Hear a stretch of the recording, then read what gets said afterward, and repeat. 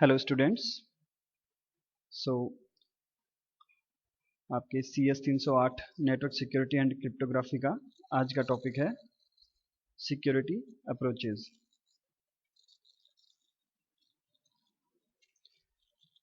What is security and need of security हम देख चुके हैं। आज है सिक्योरिटी अप्रोचेज।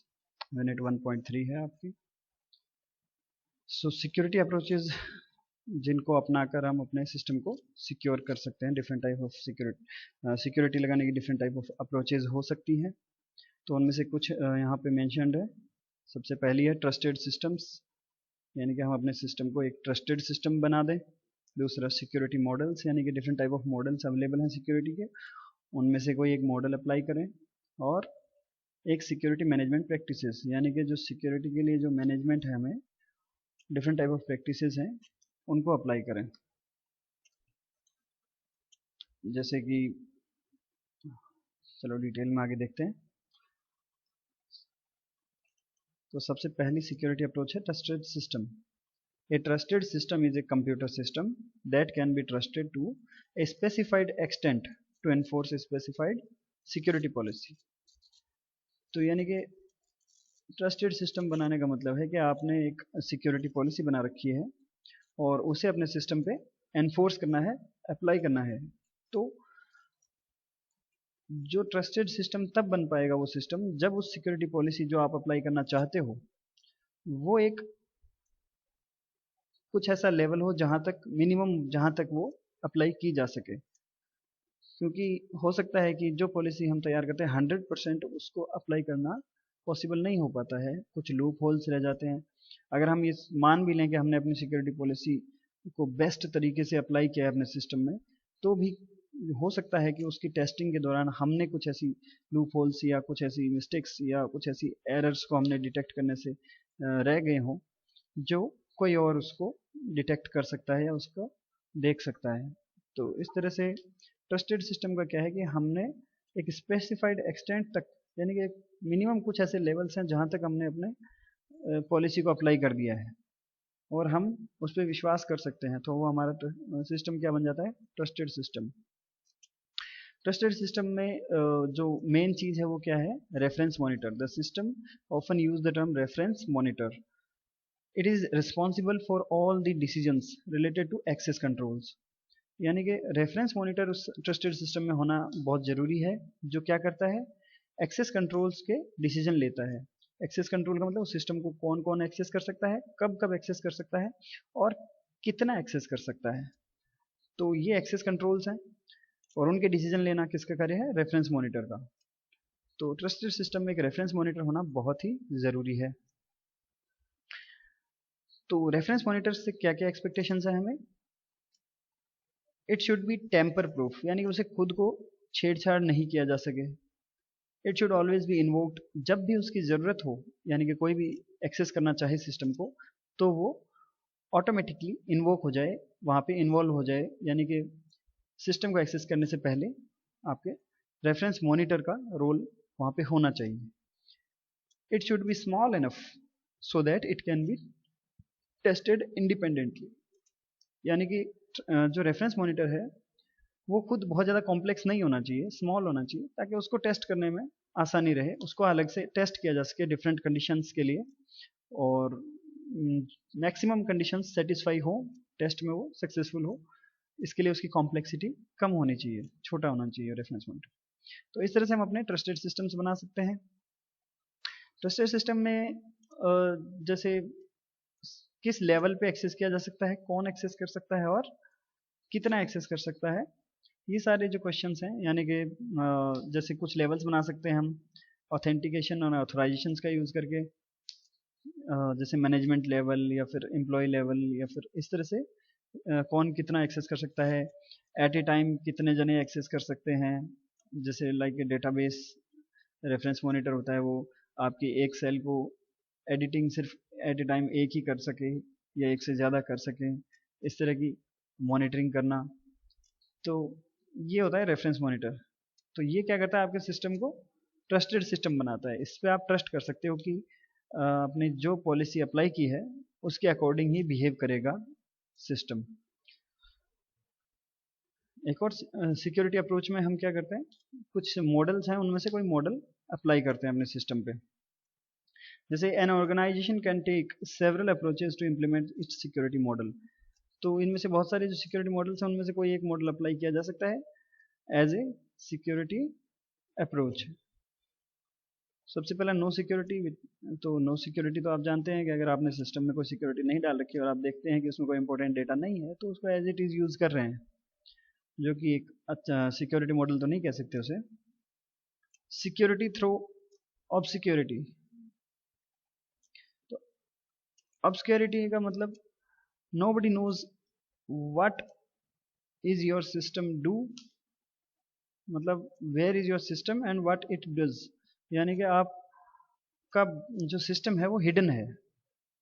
जैसे आपने नेटवर्क से नहीं कनेक्ट कर रखा है या नेटवर्क से कनेक्ट कर रखा है तो उसमें आप कुछ ऐसी सिक्योरिटी अप्रोचेज यूज़ कर रहे हों जिससे उसकी आईपी एड्रेस एक्सेसिबल ना हो, नेटवर्क में वो इजीली एक्सेसिबल ना हो। तो इस तरह से आप उसके कंटेंट्स को छुपा सकते हैं एंड उसकी एग्जिस्टेंस, यानी कि वो सिस्टम नेटवर्क में है कहाँ पे या है भी या नहीं, उसको हाइड किया जा सकता है। तो ये हो गया सिक्योरिटी थ्रू ऑब्सक्योरिटी।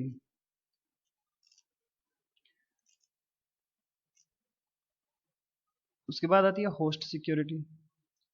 तो होस्ट सिक्योरिटी जैसे कि नाम ही बता रहा है इसका कि आप अपने होस्ट यानी कि जो कंप्यूटर इंडिविजुअल है आपका, उसको आप अलग से सिक्योर करें, उसमें कुछ सिक्योरिटी अप्लाई करें, सिक्योरिटी मॉडल या अप्रोच जो भी आप जिस भी तरह की उसमें सिक्योरिटी लेवल अप्लाई करना चाहते हैं, एक सिंगल इंडिविजुअल कंप्यूटर पे आप या सिस्टम पे आप अप्लाई करते हैं, तो वो कहलाती है आपकी host security.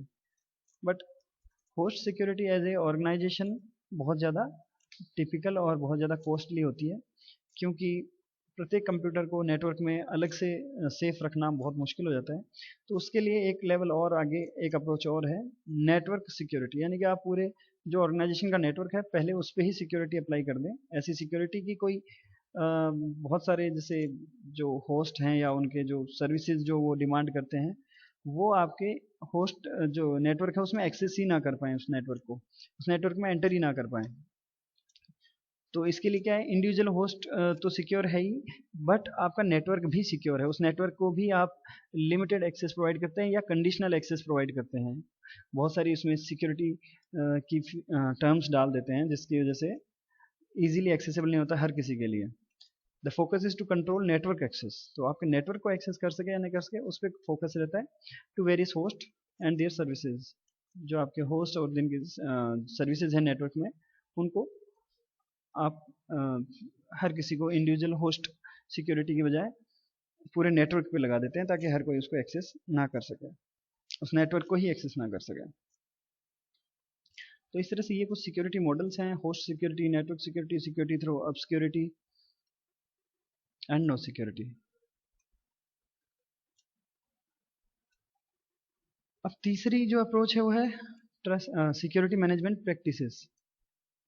Good security management practices always talk of a good security policy being in place. यानी कि जो सिक्योरिटी पॉलिसी आप अप्लाई करना चाहते हो, तो हमेशा एक गुड सिक्योरिटी मैनेजमेंट में प्रैक्टिसेस में ये ज़रूरी है कि आप एक बहुत अच्छी सिक्योरिटी पॉलिसी बनाएं और उसे अप्लाई करें। तो एक good security policy generally takes care of 4 की aspects as follows: affordability, functionality, cultural issues and legality. तो आप जब सिक्योरिटी पॉलिसी बनाते हैं, कोई भी ऑर्गेनाइजेशन में जब सिक्योरिटी पॉलिसी तैयार की जाती है, तो इन 4 एस्पेक्ट्स का ध्यान रखना बहुत ज़रूरी हो जाता है। सबसे पहला है अफोर्डेबिलिटी। अफोर्डेबिलिटी मतलब कि उस जो पॉलिसी आपने बनाई है उसको ऑर्गेनाइजेशन अफोर्ड भी कर सकती है। यानी कि डेटा कितना क्रिटिकल है या इंफॉर्मेशन उसमें कितनी इम्पोर्टेंट है और उसको सेफ रखना कितना ज़रूरी है, उस लेवल को देखते हुए ही सिक्योरिटी पॉलिसी बनानी चाहिए। क्योंकि अगर बहुत ज़्यादा कॉस्टली आपकी सिक्योरिटी पॉलिसी हो जाती है, बहुत ज़्यादा उसको अप्लाई करना महंगा होता है, ऐसी पॉलिसी अगर बना दी जाती है जो कि ऑर्गेनाइजेशन को बहुत कॉस्टली पड़ती है और उसके प्रॉफिट की बजाय उसके प्रॉफिट को पूरे को खा जाए, यानी कि प्रॉफिट जो है वो लॉस में कन्वर्ट हो जाए सिर्फ सिक्योरिटी के लिए ही, तो ऑर्गेनाइजेशन ऐसी सिक्योरिटी पॉलिसी को अफोर्ड नहीं कर पाएगी, क्योंकि बेसिकली ऑर्गेनाइजेशन का जो एम है वो रहता है प्रॉफिट। तो वो अफोर्डेबल होनी चाहिए, सिक्योरिटी पॉलिसी अफोर्डेबल होनी चाहिए। Next, functionality. अब पॉलिसी इतनी अच्छे से तैयार की है और थ्योरेटिकली वो बहुत ही दिखने में और पढ़ने में बहुत अच्छी लग रही हो कि भाई हाँ ये पॉलिसी अगर अप्लाई की जाए तो सिस्टम बहुत ज़्यादा सिक्योर रहेगा, बट उसको अप्लाई किया जा सकता है या नहीं? अगर अप्लाई किया जा सके तो कितनी वो फंक्शनल रहेगी, यानी कि उसकी फंक्शनैलिटी भी ध्यान रखना बहुत ज़रूरी है। सिर्फ हाइपोथेटिकल चीज़ें सिक्योरिटी पॉलिसी में डालना गलत हो जाता है। तो क्या वो सिक्योरिटी पॉलिसी फंक्शनल हो सकती है, इस क्वेश्चन का ध्यान रखना बहुत ज़रूरी होता है। थर्ड आ जाता है कल्चरल इश्यूज। कल्चरल इश्यूज, अब डिफरेंट टाइप ऑफ ऑर्गेनाइजेशंस हैं, उसमें डिफरेंट टाइप ऑफ कल्चर्स हैं, किस तरह की इंफॉर्मेशन वो जिस पे सिक्योरिटी अप्लाई करते हैं, किस तरह के सिस्टम है, किस तरह का उनका नेटवर्क है, तो डिफरेंट ऑर्गेनाइजेशंस के डिफरेंट कल्चर्स होते हैं। तो कल्चरल इश्यूज को ध्यान में रखना बहुत ज़रूरी होता है, जिससे कि आपकी सिक्योरिटी पॉलिसी में कोई भी अप्लाई करने में किसी को कोई प्रॉब्लम ना हो। तो कल्चरल इश्यूज का मतलब जैसे कोई एक ऑर्गेनाइजेशन है जो कस्टमर के पर्सनल इंफॉर्मेशन को ज़्यादा क्रिटिकल मानती है बजाय कि ऑर्गेनाइजेशन की डेटा इंफॉर्मेशन को, तो उसके लिए क्या है कि कस्टमर की जो इंफॉर्मेशन है उसको सिक्योर करना ज़्यादा इम्पोर्टेंट है। तो ये इस तरह से उस ऑर्गेनाइजेशन का कल्चर अलग तरीके का है। और जैसे गवर्नमेंट ऑर्गेनाइजेशन कोई है जो जो जुड़ी है किसी जासूसी से या किसी ऐसी मिलिट्री ऑपरेशन से, तो उनके लिए क्या है, ऑर्गेनाइजेशन की इंफॉर्मेशन को स्टोर सिक्योर करना बहुत ज़्यादा ज़रूरी है, तो उनका अलग टाइप का कल्चर हो गया। तो उसके लिए पॉलिसी में इस तरह के इश्यूज़ को ध्यान रखना, जैसा भी ऑर्गेनाइजेशन का बिहेवियर है, जैसा भी ऑर्गेनाइजेशन का एम है और उसकी कल्चर है, उसके अकॉर्डिंग पॉलिसी तैयार करना बहुत ज़्यादा ज़रूरी होता है। तो ये कुछ कल्चरल इश्यूज़ का भी पॉलिसी में ध्यान रखना चाहिए। उसके अलावा लास्ट है लीगैलिटी, यानी कि पॉलिसी आपने बना दी है बट उसमें कुछ लीगल इश्यूज हो सकते हैं जो कि आपके एरिया के या नेशन के जो कानून व्यवस्था है उसके अकॉर्डिंग आपकी पॉलिसी में टर्म्स जो हैं वो मैच नहीं होती हैं, उसके अगेंस्ट हैं। तो अगर आप लीगल इश्यूज का ध्यान नहीं रखते हैं और अपनी पॉलिसी को बहुत ज़्यादा सिक्योरिटी के आधार पर बहुत अच्छी तैयार कर लेते हैं, बट वो पॉलिसी सक्सेसफुल नहीं हो सकती, क्योंकि उसको चैलेंज किया जा सकता है। और किसी भी नेशन का कानून होता है, जो लॉ होता है, वो आपकी सिक्योरिटी पॉलिसी से ऊपर होता है ऑलवेज। तो लीगल इश्यूज का ध्यान रखना बहुत ज़्यादा ज़रूरी हो जाता है कि जो सिक्योरिटी पॉलिसी हम बना रहे हैं उसको लीगल किस तरीके से अप्लाई कर सकते हैं या नहीं कर सकते हैं। उसमें से कुछ आपको हो सकता है छूट देनी पड़े, कुछ ज़्यादा स्ट्रिक्ट होते हैं लॉज, उनके अकॉर्डिंग पॉलिसी बनानी पड़े। तो इस तरह से लीगल इश्यूज का ध्यान रखना भी बहुत ज़रूरी हो जाता है सिक्योरिटी पॉलिसी बनाते समय। तो सिक्योरिटी मैनेजमेंट प्रैक्टिसेस में सिक्योरिटी पॉलिसी बनाना सबसे इम्पोर्टेंट है। सिक्योरिटी पॉलिसी के अकॉर्डिंग ही ट्रस्टेड सिस्टम बनाए जाते हैं, और उसके अलावा और सिस्टम मॉडल्स भी सिक्योरिटी पॉलिसी को लेकर ही, किस तरह का हमारी सिक्योरिटी पॉलिसी है उसी के अकॉर्डिंग जो है मॉडल्स भी अप्लाई किए जाते हैं। तो इस तरह से different type of security approaches हैं जो कि अप्लाई करके हम अपने सिस्टम को सिक्योर करते हैं।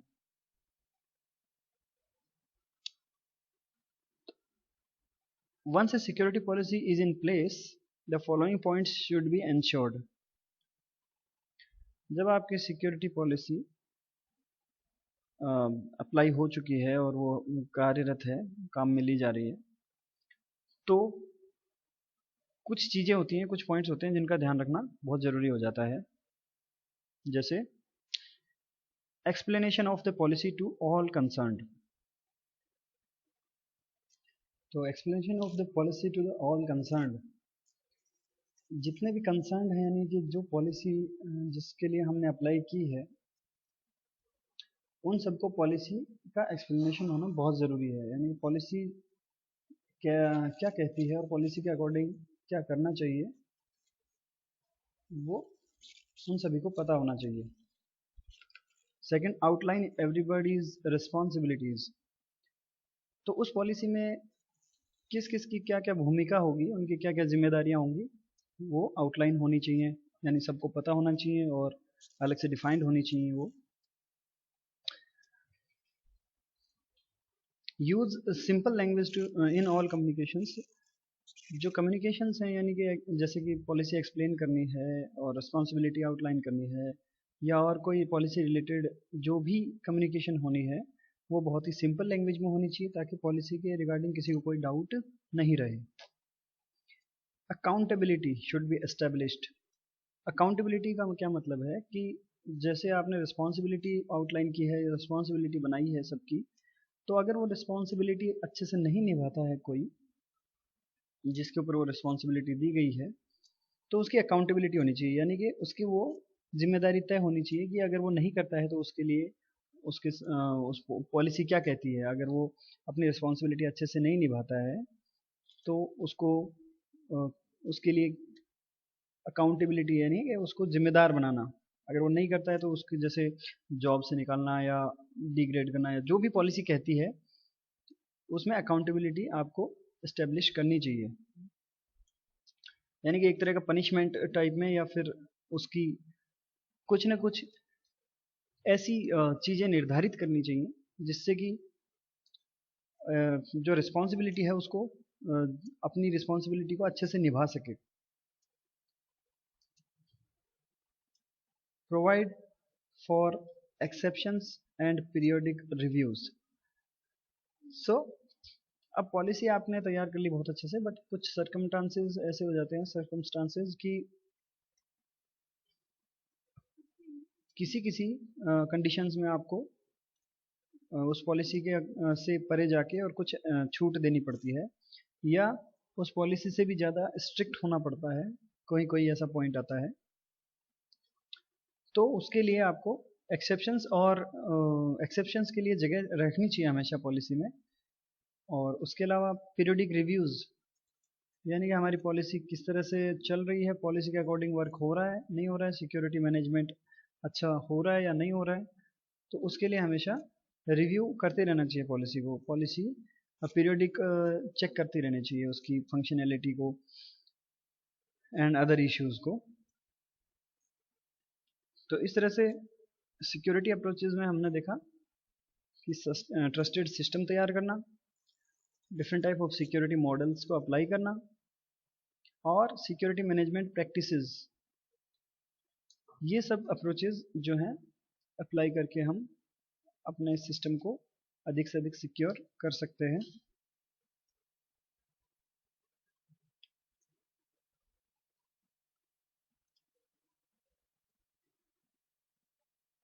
Thank you.